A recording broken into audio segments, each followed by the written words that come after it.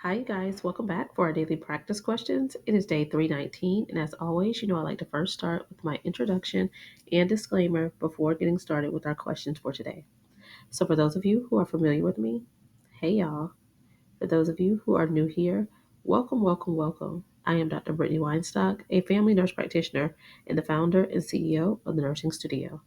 I provide resources, tools, review courses, review videos, review books, digital flashcards, Q banks, one on one sessions, and more to assist nurses as well as nurse practitioners with success on their boards as well as in practice. I've been doing this since 2015, assisting nurses and nurse practitioners internationally with exam success.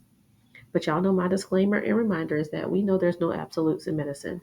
We treat on a patient by patient basis, and any of the questions that you see here, I have designed and created based on the current guidelines that are being tested on the ANCC as well as AANP exam.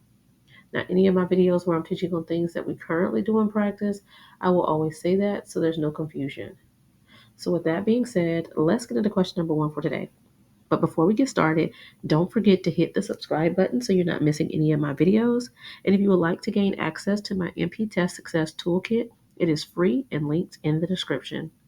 My website is also linked in the description and it houses all of the resources that I do offer.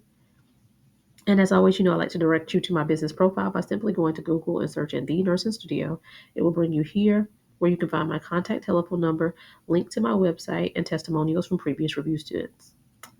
As we are wrapping up MP week, I hope you have had an amazing week. Also, if you're still interested, I am still offering it for access to three more people to be able to get one-on-one session with me for 50% off.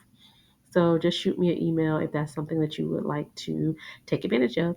All right, y'all. Question number one. A 42-year-old woman presents with a well demarcated silvery scaly plaque on the extensor surface of her elbow.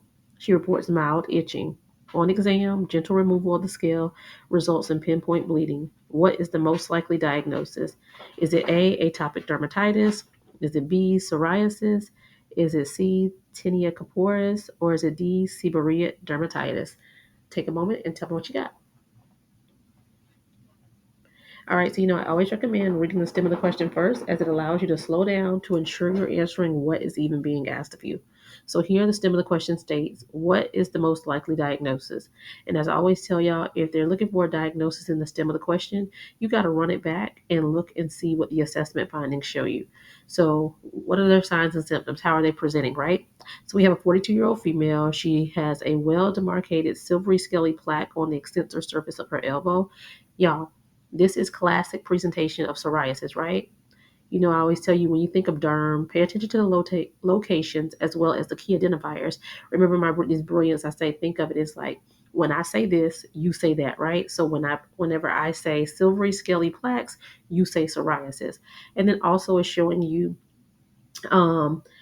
It says on exam, gentle removal of the scales result in a pinpoint bleeding, which is Otspit sign, which is also classically associated with psoriasis.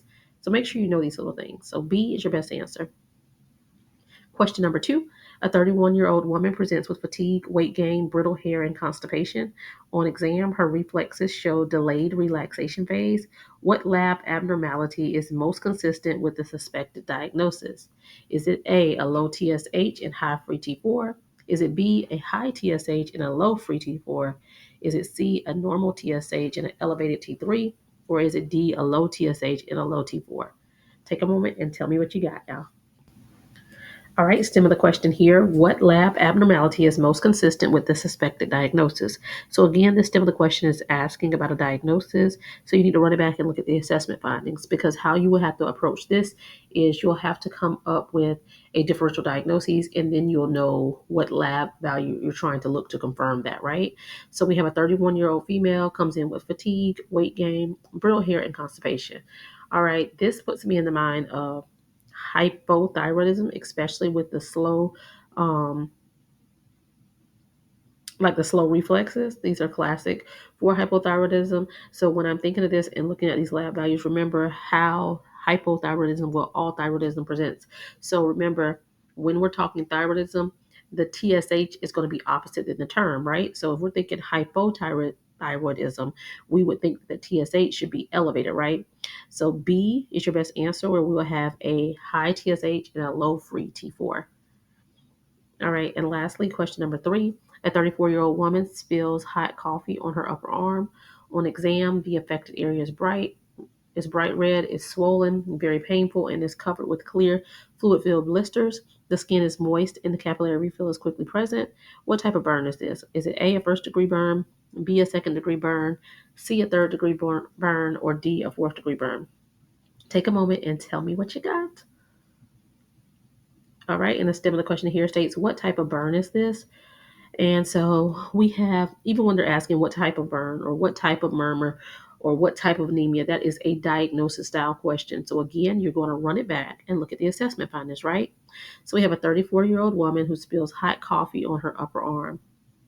On exam, the affected area is bright red, is swollen, is very painful, and is covered with clear fluid-filled blisters. The skin is moist, and the capillary refill is quickly present. So the classic thing here when you're thinking about burns is the clear fluid-filled blisters. Blisters, you need to think second-degree burns every time. Blisters formulate in the second-degree burn category. So put those two together when you think of your burns. Walk yourself through. So second degree, think blisters. So again, the best answer is B. All right, you guys, I hope you found this helpful. As always, be sure to like, comment, subscribe, and share with whoever you may think may find this beneficial as well. But y'all know what to do. Y'all make sure y'all meet me back here. And if you need any other resources that I do offer, feel free to reach out to the nursing studio by giving us a call. You can shoot us a text message or shoot us an email. And as always, everything that I do offer is linked in the bio of this channel, including my website. And my website is linked in the description of this video as well. All right, y'all. Y'all know what to do. Y'all make sure y'all meet me back here. Happy studying. Bye, y'all.